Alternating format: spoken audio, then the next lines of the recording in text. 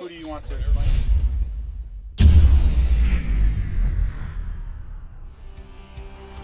So we're on the set of Rebuilding Generations. Last time you saw us, we were at SEMA 2013. Over the winter, we took some small projects on, nothing too big. We're back on the Mustang, just finishing it up, doing some color sanding and buffing. Chuck Evans from 3M is here. He's helping us out, showing us how everything goes. And once we're done with this, it goes back to Ryan. So we're excited. So we're gonna sand this. We're gonna sand this flat, and then we're gonna buff it back out. Okay. We're trying to. It's cleared, so it's just the clear we're cutting. But we got to be careful. Where do you think you need to be careful? Edge, corner. Edge. Edge. Right here. Very. Why? When we put clear on, it's naturally going to flow off that edge, right? So this is where it's going to be very thin, or thinner, all right? 3 coats of clear, we aren't even going to touch that. I mean, it's got 3 coats of clear on it. We won't even go through the first coat of clear. Really very minimal with the 2000 grit paper that you'll go through. Where we can get in trouble is here, and in here, all right? So we really don't want to sand up to here, because buffing this is going to be very difficult. Because you're going to be hitting edges, and where you buff over an edge, a lot of times you'll tear the paint right off the edge, okay? So this is critical that we don't even, I'm saying you stay this far away from 3/4 of an inch to an inch off the edges, guys. From sanding, all right? Because it's not going to make that much of a difference. The big flat panels is where we're going to see a lot of difference, all right? In here, not so much unless there's maybe some imperfections, but all right. The other thing is always clean, clean, clean, clean. We want this clean. Any kind of dust, dirt under your sandpaper makes a lot of, just destroys things, all right? So we don't want to, if we drop something on the ground, you just throw that thing away. Throw the sandpaper away, we clean it up. So you have choices on how you want to run your block. I just like to wrap it like this. I don't like to put it in the little things.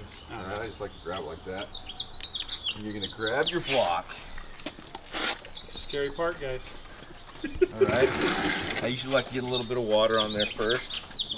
And it's got a little soap in it, so it'll glide a little bit. We may not cut as well, but you don't get, it's not going to, it's going to glide a little bit better. And you really kind of want to cross hatch. You know what that means? Like you're going to want to go, if we go this way, you then want to come back this way. Now we see all the imperfections, right? All the things we're trying to get out. I like to go with the body line, so I'm probably going to go this way.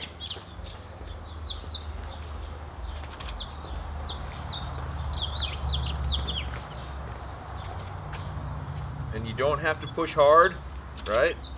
I'm not giving a lot of, and then I'll come back this way.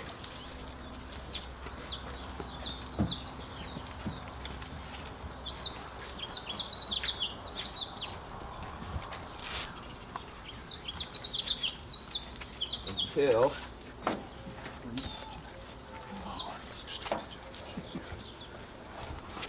it's gone. So you see what we're trying to get to? As soon as we're there, we get off it. All right, as soon as you have no orange fill in here, we're done. All right, it's 2,000, and then we'll follow it up with 3,000. We'll probably follow it up with 5,000, and then we'll buff. All right. Are they all wet and sun? The 2,000 and 3,000 will be wet, and then I'll show you a different method with the 5,000, which is kind of cool, easier to do. Use a machine. Let's say you're doing this edge right here, right? Or this inside curve. You can really mess that up, all right? You don't want to use your fingers like this, like that, because what happens? Finger marks. You have finger marks, okay? So you always want to have your fingers like this when you're sanding. So I take it, if I have to sand without a block, a lot of times you can use one of these because they'll contour in, all right? But in here, there's no way to do that, so you want to come this way. And just slowly, so you're not,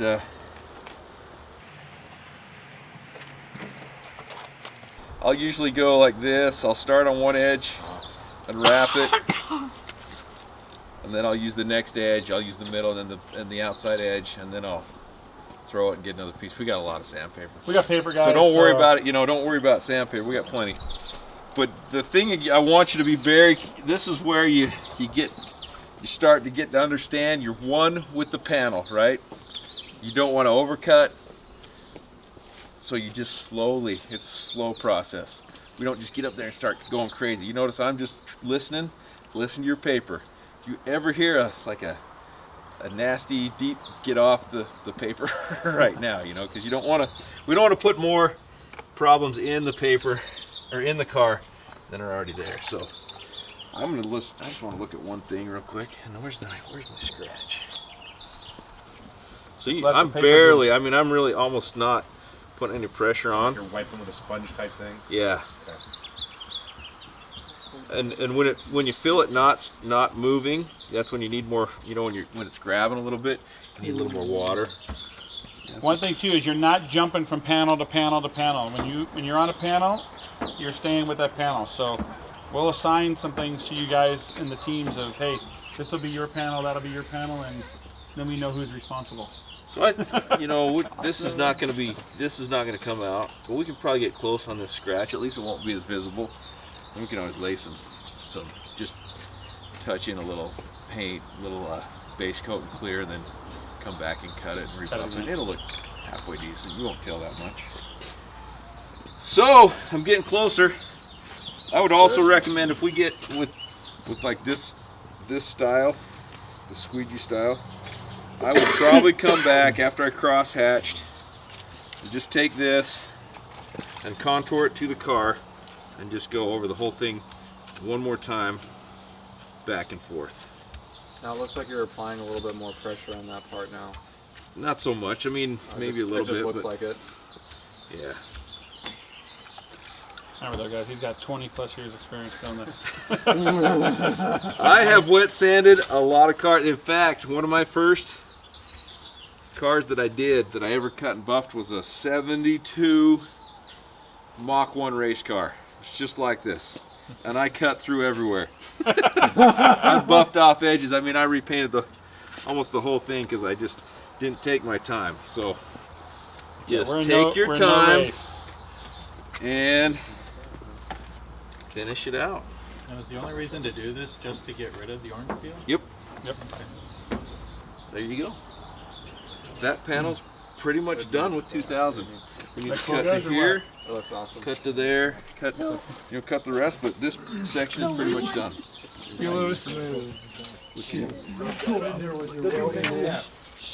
No, we'll sand around it. And that's just 2,000. We'll go to 3,000, then we'll finish it up with 5,000, and we'll be ready to buff. So why don't we do this? Why don't we work this panel and that panel right now, and we'll do this panel all the way buffed, so you can see the buffing process. Yeah.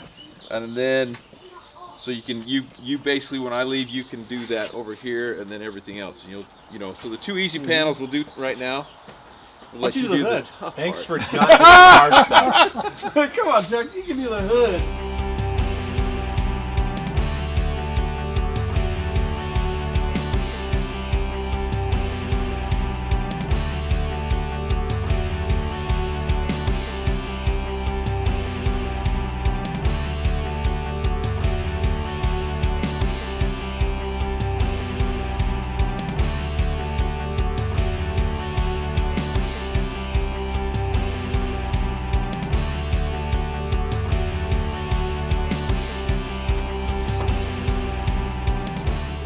To eliminate the by hand scratches or the crosshatch and all that, we're gonna go to a disc like this. This is a 3000, all right, with the pokey feeling.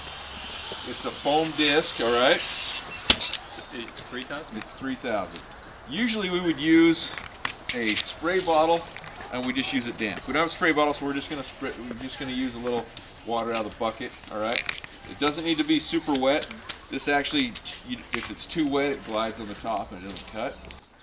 So the cool thing about this is, it's very fast and easy to use. All right, and you're just gonna get a little water on there, a little water on here, and Oh shoot. Sorry, David.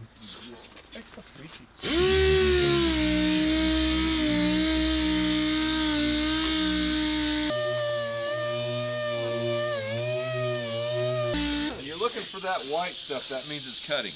All right. So you're looking for a white stuff. If it starts to stick, you add a little water. If not, you just keep going with it. So I have an interface pad on here so that it's easy to get into the edges. All right. It just makes it a lot easier to sand with, right? So the question you're going to ask is, why don't we use this on everything, right? It doesn't get it flat. That's the downfall of a DA. It won't cut out. Orange peel as well won't get it flat. So we hand sand first, get flat, and we do DA after that. I use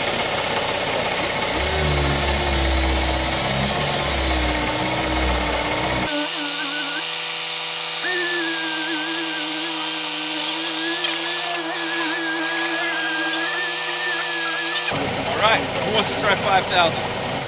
Who's ready? Should you wipe it off between grits? Cleaner is always better, right? Yep. So let's make it clean. I'll just show. This is your trigger, okay? And you don't want it to spin really fast. All right, you want it to go, so I'm at like 2, between 1 and 2 on my little speed here, because you don't want to be, you don't want it out of control, or you're gonna screw something up. All right, so right here you just want to get a little bit on the pad, just wet it down, and then just a little bit here, probably about that much. And just put it on before you start the DA. Put it on and hit the button. You're just gonna get used to it. If there's no white stuff coming off, you gotta wait till the white stuff comes off. Starts the swarf behind it. Probably a little too much water on there right now. So let's get. But one thing you want to do is you want to make longer strokes. So I just go, give it a little pressure. There you go. Just chase it up and down. The more you can hit it with the 5,000, the easier it is to buff. And you're not going to hurt anything. This almost takes no clear off. So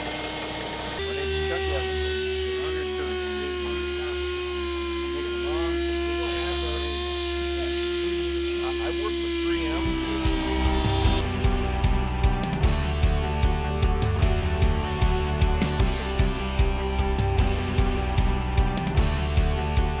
Teach you a couple things that can really mess you up, okay?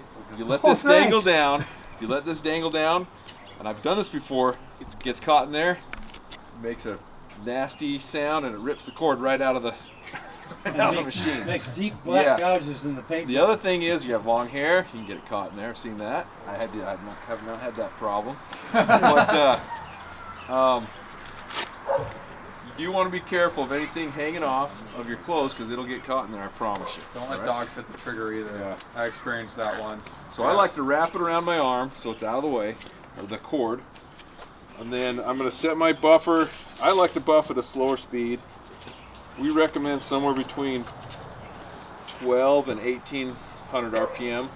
On that one, I'm not sure because it doesn't have RPM, so you just want to start slow and get faster.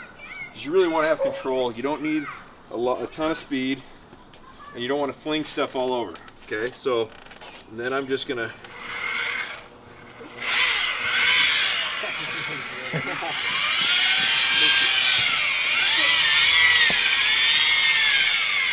That's why we put that stuff, because it's going to sling a little bit, right?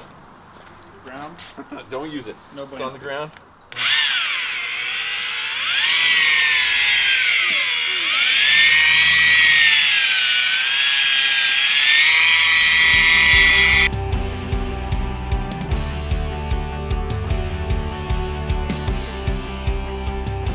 In here, it looks pretty good, right?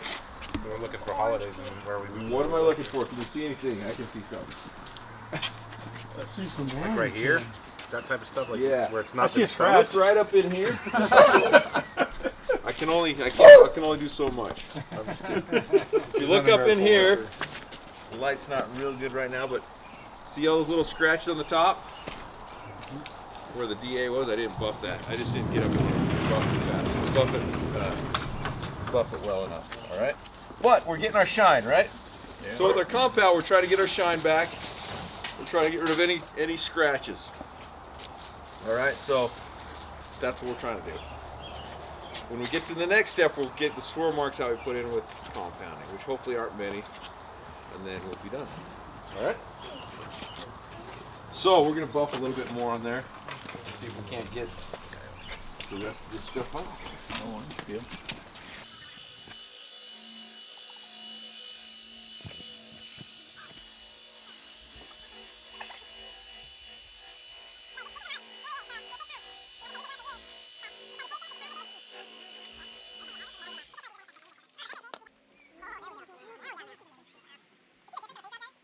At this point, we should be getting to a point where it's pretty darn shiny.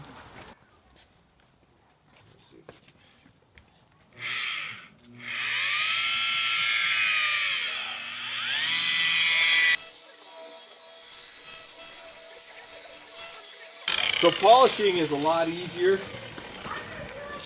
Compound is going to sling a lot more. It tends you have to cut stuff out. So this is more like you're taking swirls out, that final shine. A lot of people like to take everything off. Sometimes I do, sometimes I don't. You know, take all the material off. I like to leave a little bit so they don't dry buff and leave more swirls in it. So I like to have a little bit left on the panel. That's gonna have to use. Some people like to get it all the way off. Caleb Jones. That looks pretty darn good, doesn't it?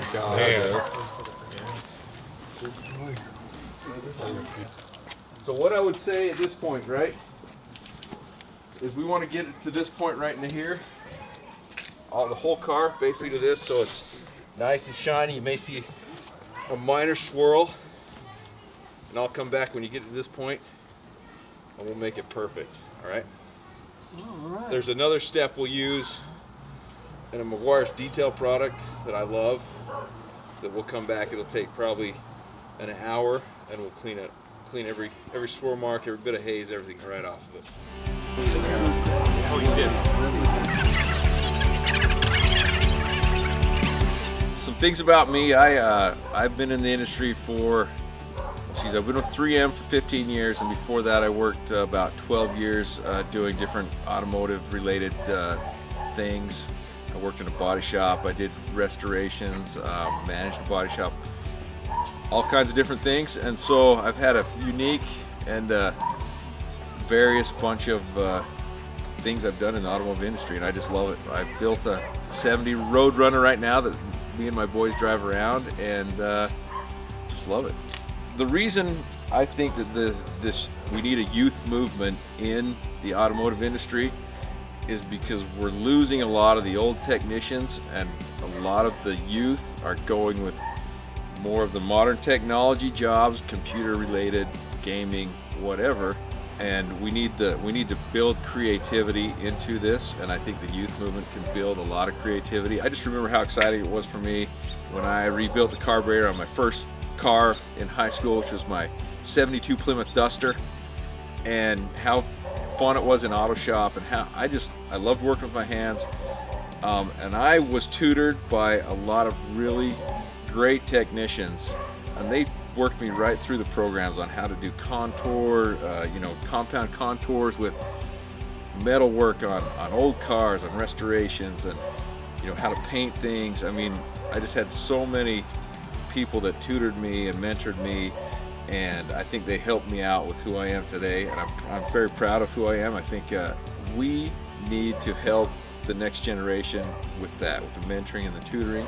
And I'm just excited when I see youth interacting with an older generation that can mentor them. And for me, I have 3 boys, and I love being with them, and they have not always been excited about the automotive side or working with their hands, except when we started my Roadrunner project. My dad taught me a lot of things. He's been restoring and building hot rods for ever since I can remember, and we went to junkyards together. And so that's what I hope to bring to my kids, is that you drive, you talk as you're going to the junkyard, as you're going to find this car, or you're going to find that part, and so the interaction there, I think, is invaluable. And so that's what I like about a program like this. I could be side by side with my kids, with my boys, working, teaching, learning. It's just a great opportunity.